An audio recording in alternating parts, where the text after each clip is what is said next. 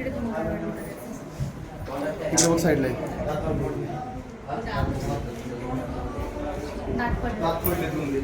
ज्यांच्या मुलाला उडवलंय त्या वडिलांना ज्यांनी उडवलं, ज्या मुला ज्या माणसाने कोणी उडवलं?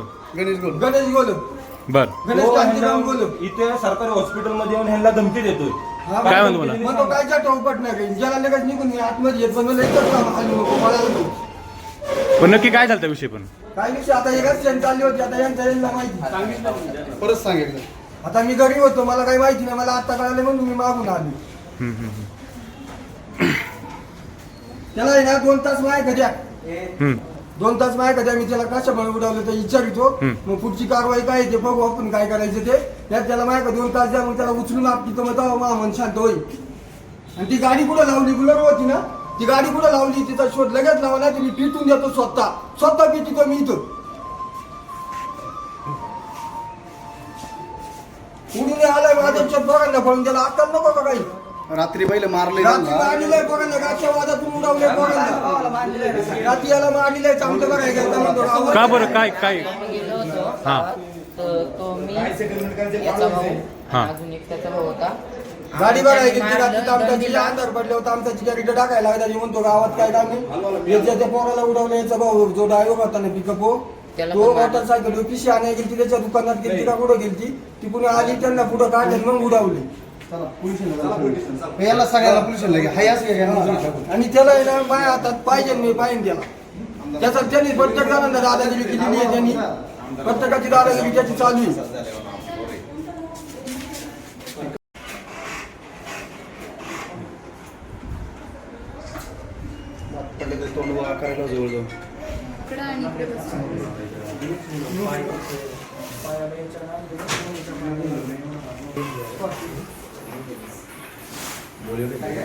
पाठीमागून येऊन त्यांनी गाडीने उडवलं.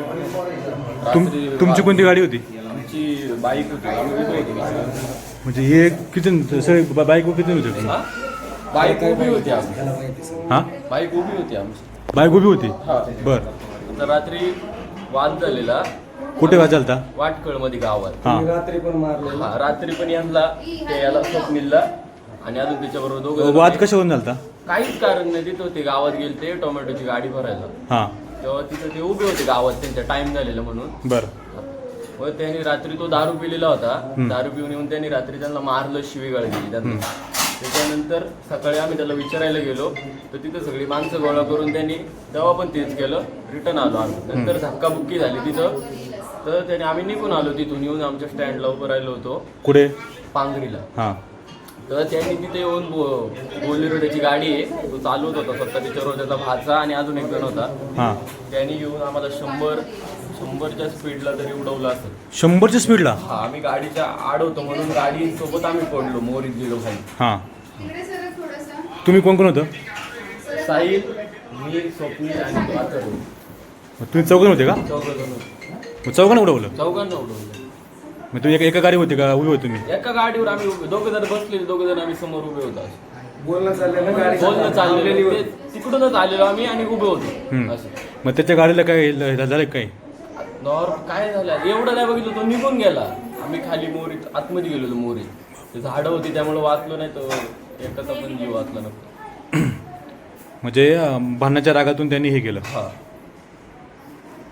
अजून कोण? काय लिहायचं? हातपेक्षा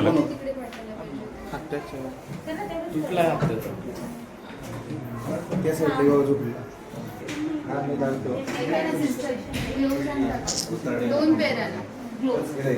त्याचे दात पडले थोडं आकरून दाखवले. काय जास्त याला जास्त लागले. बाजू नाव काय रे? बोलतात ना? नाव सांग ना. स्वप्नील सुद्धा माहिती. स्वप्नील आकरून दाखवले. दात पडले त्याचे. हात पण त्याचा फ्रॅक्चर.